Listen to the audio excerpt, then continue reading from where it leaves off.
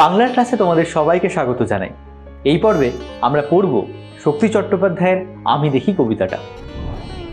এই কবিতাটা ভীষণ সোজা একটা কবিতা, কারণ এই কবিতার নিহিত কোনো বিশেষ ব্যঞ্জনা নেই। কবি যা বার্তা দিতে চেয়েছেন তিনি সেটা সোজাসুজি বলেছেন, কিন্তু এই কবিতাটা ভীষণ প্রয়োজনীয় একটা কবিতা। তার কারণ আমরা সারা বিশ্বের যারা বাসিন্দা, মানব সমাজ সবাই একটা ধ্বংসের মুখোমুখি দাঁড়িয়ে আছি। এখন আমাদের এই প্রকৃতিকে রক্ষা করা ভীষণ জরুরি এবং সেই বার্তাটাই কবি কবিতায় দিয়েছেন। তাহলে চলো দেখি কবি কি বলছেন। কবি লিখছেন, গাছগুলো তুলে আনো, বাগানে বসাও। কবি গাছ তুলে আনতে বলছেন এবং সেই গাছ বাগানে বসাতে বলছেন, কারণ বাগানে গাছের অভাব রয়েছে।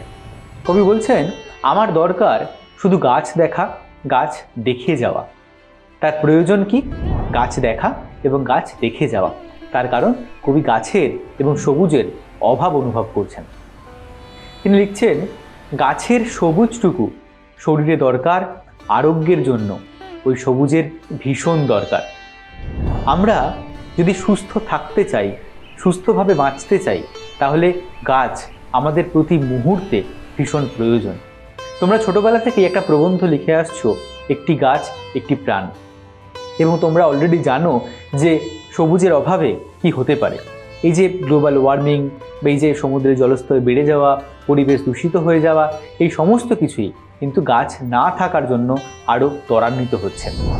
এই জন্যেই কবি এখানে বলছেন যে গাছের দরকার আরোগ্যের জন্য, আমাদের সুস্থ থাকার জন্য গাছের ভীষণ দরকার, রোগমুক্ত থাকার জন্য গাছের ভীষণ দরকার, এবং তিনি সরাসরি বলে দিচ্ছেন ওই সবুজের ভীষণ দরকার। তারপর কবি আক্ষেপ করছেন যে বহুদিন জঙ্গলে কাটেনি, দিন বহুদিন জঙ্গলে যায়নি, বহুদিন শহরেই আছি। অর্থাৎ কবি প্রকৃতির সঙ্গে থাকতে ভালোবাসেন, এই যে তিনি মাঝে মাঝে জঙ্গলে ছুটে যান, প্রকৃতির সংলগ্নতা চান, কিন্তু তিনি অনেক দিন জঙ্গলে কাটাননি, জঙ্গলে যাননি। তারপর কবি বলছেন, শহরের অসুখ হাঁ করে কেবল সবুজ খায়, সবুজের অনটন ঘটে। অর্থাৎ এই যে নাগরিক সভ্যতা বা নাগরিক সমাজ, তারা কি করে?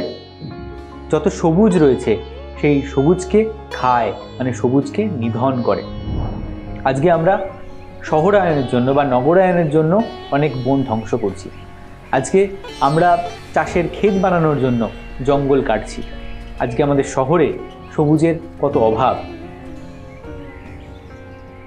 এবং এই জন্যে দেখবে প্রতিনিয়ত দিল্লি খুব খবরের শিরোনামে উঠে আসে, সেখানকার আকাশ বাতাস পলিউটেড হয়ে যায়, এবং লকডাউন পর্যন্ত কিছুদিন আগে ঘোষণা করতে হয়েছে এই সবুজের অভাবের জন্য, কারণ শহর সেই সবুজ খেয়ে নিয়েছে।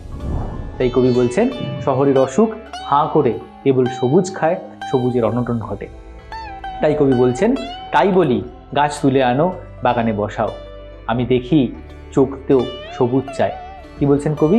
যে আমি দেখি, এই গাছ দেখি, কারণ আমার চোখ সেই সবুজ দেখতে চায়, এবং শুধু চোখ চায় না, দেহ চায় সবুজ বাগান, গাছ আনো।